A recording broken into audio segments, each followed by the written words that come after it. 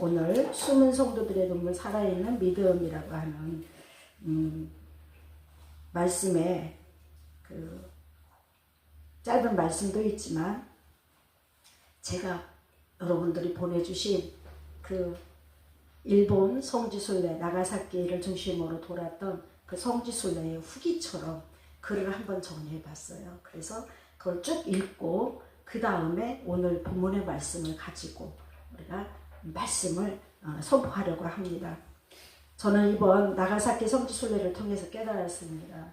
그 일본의 성도들은 죽음을 두려워하지 않고 믿음을 지켰다라는 것을 깨달았습니다. 어떤 이는 십자가에서 죽고 어떤 이는 후미의 앞에서도 눈물로 신앙을 붙들었습니다.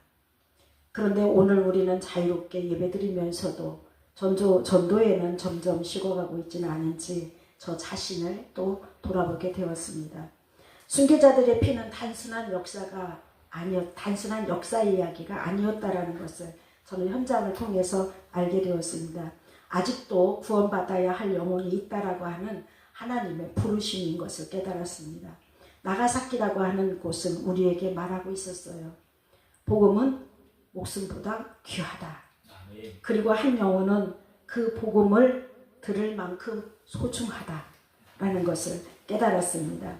나가사키에 있는 그 모든 그 신앙 공동체들은 여러 박해 속에서 복음이 완전히 사라지지 않았다라는 것을 또 한 번 보면서 미미하지만 제가 작년에 일본을 갔다 왔을 때에는 0.8%가 기독교인이라고 그랬어요. 근데 이번에는 또 잘 설명해주고 있는 성지순례 가이드를 해주고 있는 그 가이드 쌤이 2%라고 얘기하더라고요. 그래서 참 반가웠어요.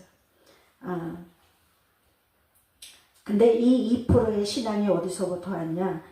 250년 동안 숨어서 말씀도 없었어요. 성직자도 없었어요. 그런데 그들이 숨어서 지켰던 그런 믿음, 250년 동안 믿음을 지킨 가쿠레 키리스탄이라고 하는 숨어서 믿음을 가졌던 그 기독교인들을 가쿠레 키리스탄이라고 그랬더라고요.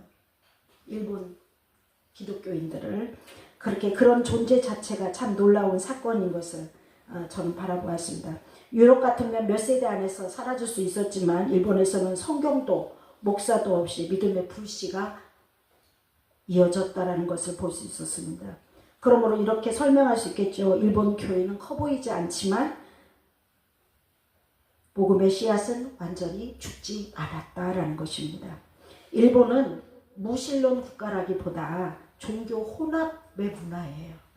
그래서 많은 한국 성도들이 일본을 단순히 예수 안 믿는 나라로 이해하지만 실제 일본 문화는 매우 독특한 것을 보았습니다. 일본인들은 신도라는 것을 믿고 불교 믿는 사람도 있고 조상 문학을 믿는 사람도 있고 지역 신앙, 우리나라 토속 무슨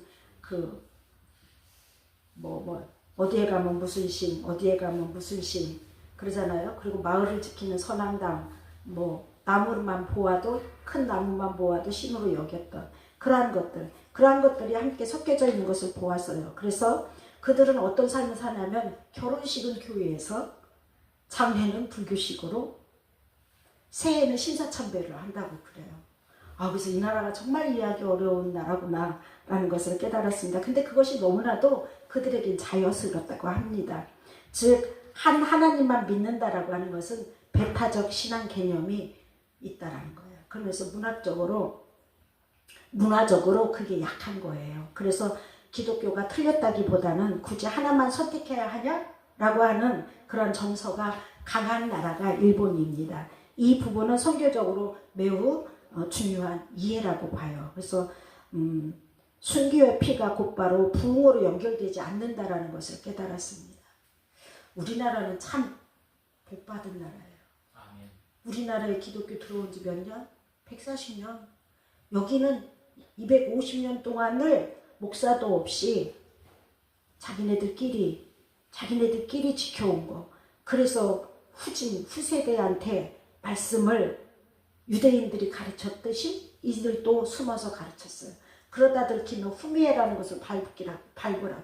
후미에는 뭐냐면은 예수 그리스도의 십자가상인 예수 그리스도의 그림을 놓고 밟으면 살리고 안 밟으면 죽기는 그런 것들을 옛날에 우리나라에도 그런 있었잖아요. 초대교회도 역시 순교의 피가 곧바로 부흥으로 연결되지 않았던 것을 우리는 잘 알고 있습니다. 당장 교회가 폭발적으로 성장한 것은 아닙니다. 오랜 시간, 눈물, 숨겨진 기도, 이름 없는 증인들을 통해서 복음이 이어져 왔다라는 것을 깨달았습니다. 우리는 결과만 빨리 보려고 하지만 하나님은 때로 수백 년의 단위로 일하시고 계시다라는 것을 다시금 깨달았어요. 제가 조금 성질이 급하거든요. 어떻게 250년을 목사도 없이 죽어가면서 그렇게 지켜왔을까? 그걸 생각하면서 내가 조금 성질이 급한 거에 대한 안타까움 내지는 후회를 갖기도 했습니다.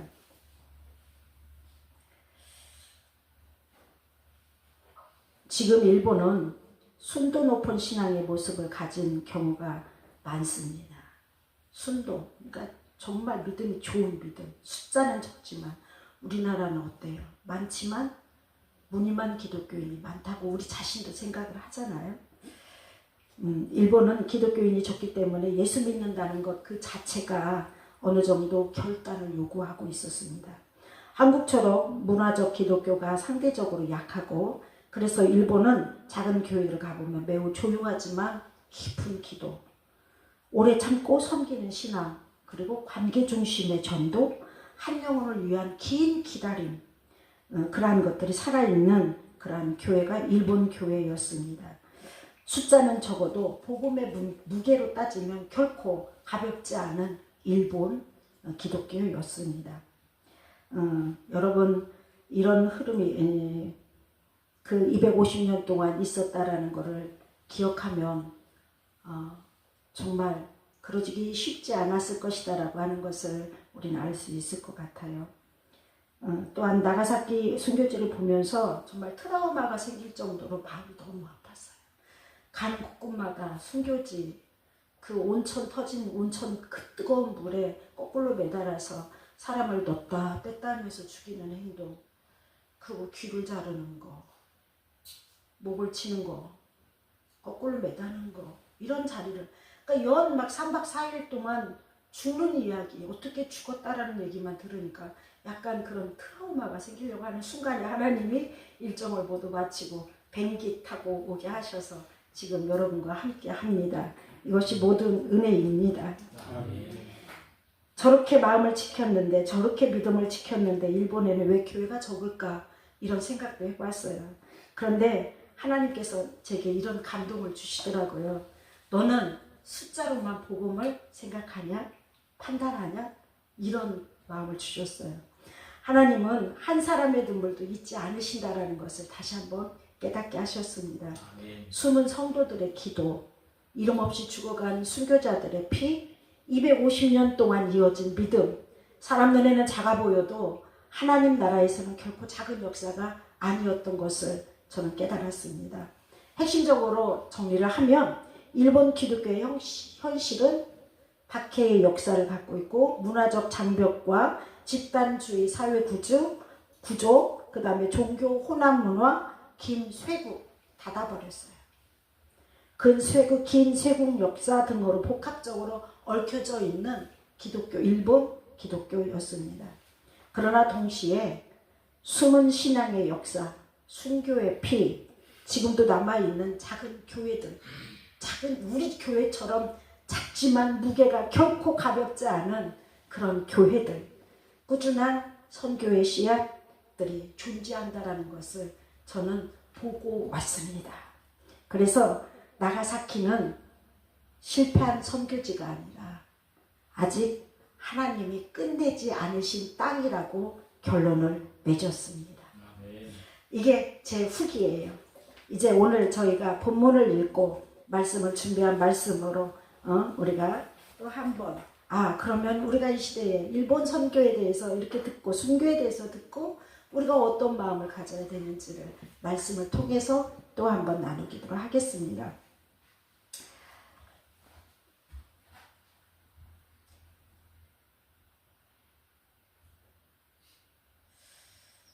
세상 역사를 자세히 보면 놀라운 사실 하나를 발견하게 되죠.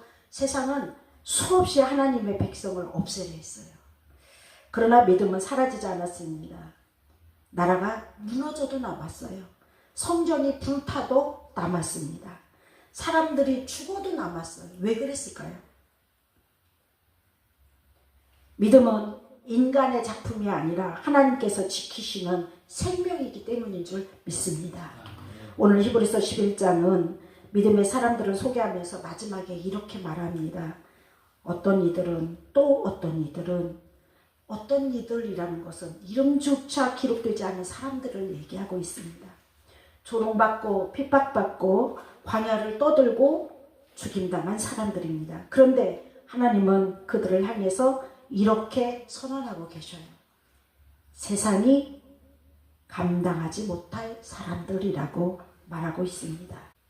오늘 저는 이 말씀을 붙들고 두 민족의 이야기를 함께 나누려고 합니다. 하나는 2000년 동안 신앙을 지켜온 유대 민족의 이야기이고, 다른 하나는 제가 다녀왔던 250년 동안 숨어서 믿음을 지킨 일본의 가쿠레 키리스탄 이야기입니다. 시대는 달랐어요. 환경도 달랐어요. 그러나 공통점이 하나 있습니다. 그들은 믿음을 포기하지 않았습니다. 그리고 더 중요한 것은 다음 세대에게 믿음을 넘겨주려 했다는 것입니다. 유대민족은 무너진 역사 속에서도 말씀을 지켰어요. 주후 70년 로마의 디도 장군이 예루살렘을 공격합니다. 성전이 무너졌습니다. 도시는 불탔습니다. 수많은 유대인들이 죽었습니다. 유대인들에게 성전은 단순한 건물이 아니었던 것이었습니다. 하나님의 임재를 상징하는 건물이었어요. 그런데 그 성전이 무너졌습니다. 세상은 이렇게 생각했겠죠. 이제 끝났어. 유대민족은 이제 끝났어. 이렇게 성전이 불탔을 때 그렇게 얘기했었을 거예요. 그러나 놀랍게도 유대민족은 사라지지 않았습니다. 왜? 그들은 성전보다 말씀을 붙들었기 때문입니다. 유대인 부모들은 자녀들을 토라를 가르쳤어요. 자녀들에게 나라를 잃어도 말씀을 잃지 않았습니다. 바벨론 포로 시대에도 그랬고 로마의 핍박 속에서도 그랬습니다. 중세 유럽의 학살 속에서도 그랬습니다. 심지어 제2차 세계대전 때 아우슈비츠 수용소 안에서도 유대인들은, 그 유대인들의 부모들은 아이들에게 쉐마를 가르쳤어요. 쉐마가 뭔지 아는 신명기 6장 4절에 있는 말씀. 이스라엘아 들으라. 우리 하나님 여호와는 오직 유일한 여호와시니라. 아멘. 오직 여호와를 자기 자녀들에게 아우슈비츠 그 수용소에서도 가르쳤어요. 죽음 앞에서도 믿음을 다음 세대에 넘긴 것입니다. 여러분, 믿음은 편안할 때 이어지지 않습니다. 가장 어두운 시대에 진짜 믿음이 드러나는 것입니다. 오늘 우리는 너무 쉽게 신앙을 포기하려 하죠. 조금 바쁘면 예배가 흔들려요. 예배를 등한시해요. 오늘 한 번만 힘들면 기도가 멈춰집니다. 그러나 유대민족은 피 흘리면서까지도 말씀을 지켰다는 것을 우리는 깨달아야 될 줄 믿습니다. 왜냐하면 그들은 알았기 때문에, 믿음을 잃으면 민족도 무너진다라고 하는 사실을 알았기 때문입니다. 일본은 어떨까요? 일본 기독교인들, 가쿠레 키리스탄, 숨어서 복음을 이어간 사람들을 가쿠레 키리스탄이라고 합니다. 일본에서도 비슷한 일이 일어났습니다. 1549년에 프란치스코 자비에르가 일본에 처음으로 복음을 전해요. 1549년에. 복음은 놀라운 속도로 퍼졌습니다. 특히 나가사키 지역에는 수많은 그리스도인들이 생겨났습니다. 그러나 우리가 너무도 잘 알고 있는 이름 도쿠가와 막부는 기독교를 금지했어요. 성도들은 후미에 앞에 세워졌습니다. 후미에가 뭘까요? 후미라고 하는 것은 밟다라고 하는 뜻이고 에라고 하는 건 그림을 뜻해요. 지금 제가 사진을 정리 못했는데 너무 많은 기록 사진을 제가 많이 찍어왔어요. 그래서 더 피곤했는지도 몰라요. 다음에 언제 편집을 해서 여러분들에게 일본의 그 현장을 생생하게 한번 보여주고 싶어요. 오늘은 제가 너무 그걸 보일 수가 없어서 아쉬움이 있습니다만 다음에 꼭 보여드리도록 하겠습니다. 후메라고 해서요. 아예 목판으로 십자가를 새기거나 예수 그리스도 상이나 성모 마리아 상을 이렇게 그림이나 목판으로 새겨진 걸 이렇게 놓고 거기를 밟고 지나가게 하는 거예요. 그게 후미예요. 근데 네가 예수를 믿을 거야 안 믿을 거야 라는 것을 밟고 지나갈 거야 안 밟을 거야. 안 밟고 예수 그리스도를 시인하고 고백하면 그 자리에서 죽음이에요. 그런 악랄한 일들을 그 후미 앞에 성도들이 세워졌다는 것입니다. 예수님의 얼굴을 밟으면 살고 거절하면 죽는 거예요. 많은 사람들이 그 일로 순교했습니다. 1597년에는 26명의 성도들이 나가사키 언덕에서 십자가형을 당했습니다. 근데 그 사람들은 교토라고 하는 곳에서부터 그 한 달이 넘는 시간을 맨발로 혹독한 겨울에 쥐가 잘리고 쇠고랑 줄로 엮여서 그 순교지까지 왔다라는 거예요. 그래서 그분들을 기리는 성당이 지어져 있고 기념탑이 그려져 있는, 이렇게 세워져 있는 것들을 바라보고 왔습니다. 그 가운데에는 어린 소년들도 있었습니다. 그러나 그들은 마지막까지 찬송했음을 가이드를 통해서 들었습니다. 문제는 여기서 끝나지 않았습니다. 1637년 시마바라의 난이 있었습니다. 시마바라의 난이라고 하는 것은 어떤 그 정치적으로 그 성을 다스리는 영주가 너무 세게 그 영주민들을 다스리니까 세금도 많이 내라 그러고 기독교도 믿지 말라 그러고 막 너무 험악하게 다루니까 밀란이 일어난 것 같이 일어났는데 거기에는 기독교 사상과 기독교인들하고 맞물려 있는 그러한 난이 시마바라 난인데 일본의 역사에서 시마바라 난이라고 하는 것은 기독교 역사와 관계되어 있는 나중에 시마바라 난에 대해서 제가 다시 한번 글로 한번 여러분들한테 나눠드리고 싶은 마음이 생길 정도로 그런 난이었습니다. 그 시마바라 난 이후 일본 정부는 기독교를 완전히 뿌리를 뽑으려고 했습니다. 그리고 사람들은 생각했어요. 일본이 끝났다고. 그런데 그렇지 않았어요. 숨어서 믿음을 지키는 사람들이 남아 있었다라는 거예요. 그것이 250년간 이어져 있었다라는 것입니다. 가쿠레 키리스탄 숨은 그리스도인들입니다. 그들은 교회 건물 없이 믿음을 지켰고 목회자 없이 믿음을 지켰고 성경 없이 믿음을 이어갔던 사람들입니다. 밤이 되면 부모들은 아이들에게 조용히 예수님의 이야기를 들려주었습니다. 예수님을 잊지 마라. 왜 그렇게까지 했을까요? 복음이 끊어지면 안 된다고 믿었기 때문입니다. 아멘. 우리도 그렇게 생각하나요? 여러분 가정에 복음이 끊어지면 안 된다는 생각이 있나요? 바로 여기서 우리의 시대적인 그 질문이 시작이 되어야 되는 줄 믿습니다. 우리는 과연 다음 세대에 무엇을 남길 것인가? 살아있는 믿음은 반드시 영혼 구원으로 이어짐을 믿으시기 바랍니다. 유대 민족도 가쿠레 키리스탄도 공통점이 하나 있었어요. 그들은 자기들만 살아남으려 하지 않았다라는 것입니다. 다음 세대의 영혼을 살리려고 했어요. 이것이 중요했습니다.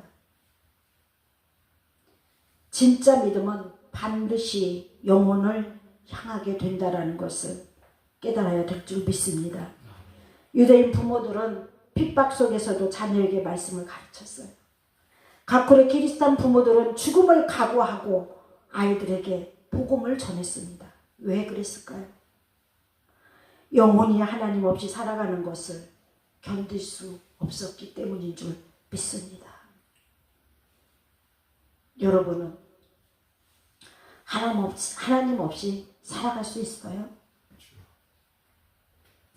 없다고 믿으면 다음 세대의 책임은 우리에게 있지 않을까요?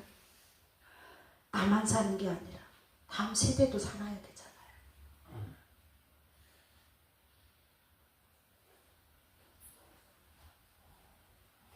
여러분, 오늘 우리에게 이 눈물이 필요한 줄 믿습니다. 교회는 단지 모이는 곳이 아니에요. 영혼을 살리는 곳입니다. 예배의 목적도 영혼 구원입니다. 선교의 목적도 영혼 구원인 줄 믿습니다. 기도의 이유도 영혼 구원입니다. 우리가 자녀를 위해서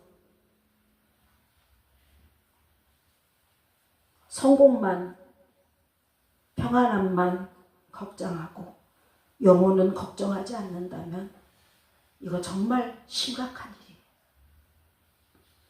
우리가 교회 성장은 말하면서도 한 영혼을 향한 눈물이 없다면 우리의 신앙은 위험한 겁니다. 예수님께서 왜 오셨어요? 잃어버린 영혼 때문에 오셨습니다. 예루살렘을 보시면서 오셨습니다. 목자 없는 양 같은 무리를 보면서 오셨다고 그랬습니다. 살아있는 믿음은 반드시 영혼을 향한 사랑으로 나타나는 것을 우리는 너무도 잘 알고 있습니다.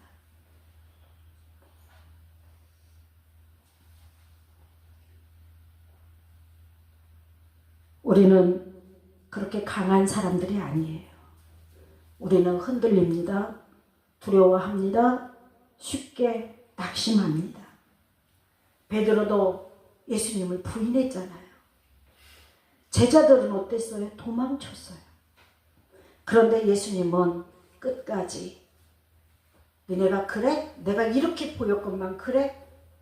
내가 그러는 너희들을 위해서 죽을 필요가 없지. 그리고 뒤로 돌아가 타시지 않았습니다. 주님은 십자가 길에 그런 제자들을 향하여 그런 사람들을 놓고 십자가를 향하여 끝까지 가셨습니다.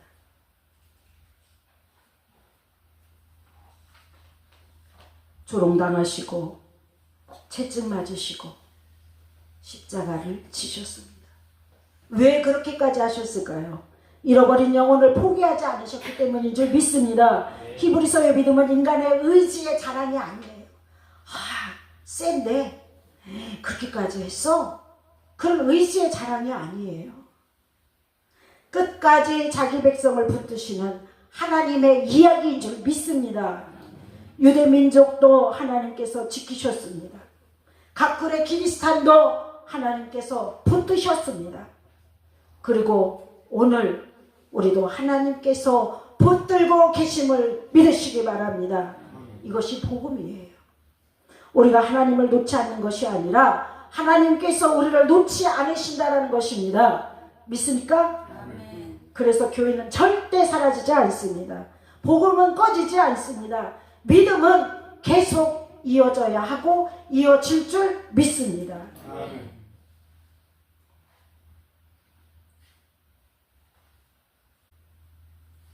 여러분, 우리는 믿음을 가볍게 여기지 않아야 돼요.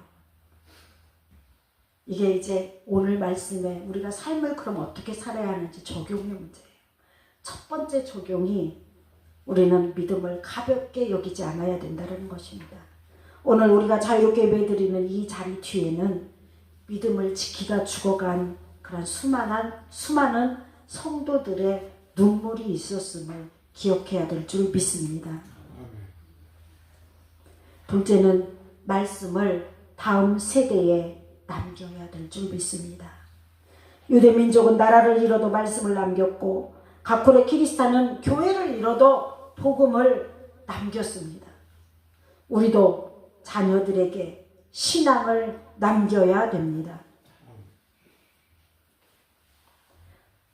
세 번째 적용은 영혼 구원의 열정을 회복해야 하는 줄 믿습니다. 가족 가운데 아직 예수 믿지 않는 사람이 있으니까 포기하지 마세요. 기도하십시오. 복음을 전하십시오. 눈물로 품으십시오. 하나님은 아직도 영혼을 찾고 계심을 믿으시기 바랍니다.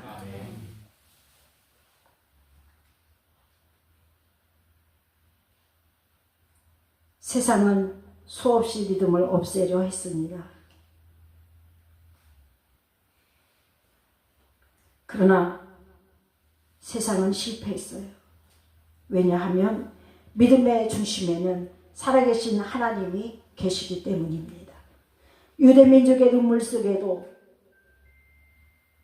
믿음은 살아남았습니다.